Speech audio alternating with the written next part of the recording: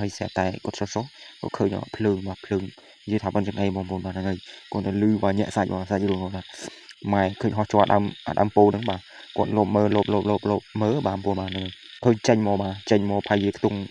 5ភ្លើងបងប្អូនបាទសួស្តីក៏ដូចជាជំរាបសួរពុកម៉ែបងប្អូនមកកាន់ Channel Podcast បាទ Podcast Train ធុទី18បងប្អូនបាទយើងបែកគ្នាយូរហើយថ្ងៃនេះក៏ត្រឡប់មកវិញហើយបាទហ្នឹងហើយ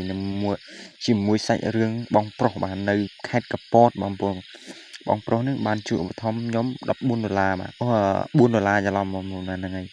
ច្រឡំចានេះទៅបែរឡើងច្រើនហ្នឹងហើយហើយបងប្រុសហ្នឹងពិតជាចិត្តល្អមែនតើហ្នឹងហើយជួយឧបត្ថម្ភវីដេអូបងប្អូនបាទដើម្បីបន្តទៅមុខទៀតបាទគាត់នៅមើល Channel ខ្ញុំហ្នឹងហើយបងប្អូនបាទហ្នឹងហើយហើយបងប្រុសឃើញវីដេអូនេះហើយ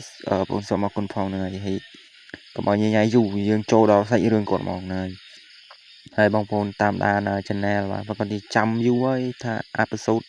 ទី18ហ្នឹងចេញឯណាហ្នឹងហើយចេញឯនេះហ្នឹងបងប្អូនបាទហ្នឹងហើយញាក់សាច់មើលទៅ thumbnail ក៏ដឹងដែរញាក់សាច់បាទបងប្រុសនៅខេត្តកំពតហើយគាត់អ្នកឆ្លោះណែឯងចឹងណាបងប្អូនបាទហ្នឹងហើយគាត់អ្នកឆ្លោះកែបអ្នកឆ្លោះពុះអ្នកឆ្លោះអីចឹងបងប្អូនបាទហ្នឹងហើយលក្ខណៈថាគាត់ទៅឆ្លោះពុះនៅកន្លែង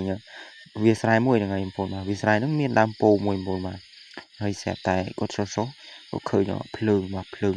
និយាយថាប៉ុណ្្នឹងឯងបងប្អូនបាទហ្នឹងហើយគាត់ទៅលឺបាទញាក់សាច់បងសាច់រឿងគាត់បាទម៉ែឃើញហោះជាប់ដើមពោហ្នឹងបាទគាត់លបមើលមើលបាទបងប្អូនបាទហ្នឹងហើយឃើញចេញមកបាទចេញមកផាយខ្ទង់5ភ្លើងបងប្អូនបាទម៉ែលេងបច្ចេកភាសាបងចេញអាខាងនឹងដើមពោហ្នឹងបងប្អូនបាទម៉ែនឹងហៅព្រាបងប្អូនបាទហ្នឹងហើយបងប្អូនប្រកាសជាយល់ហើយហ្នឹងហើយបងប្អូននៅស្រែយើងថាអ្នកស្រែធ្វើ YouTuber ដែរបងប្អូនហើយ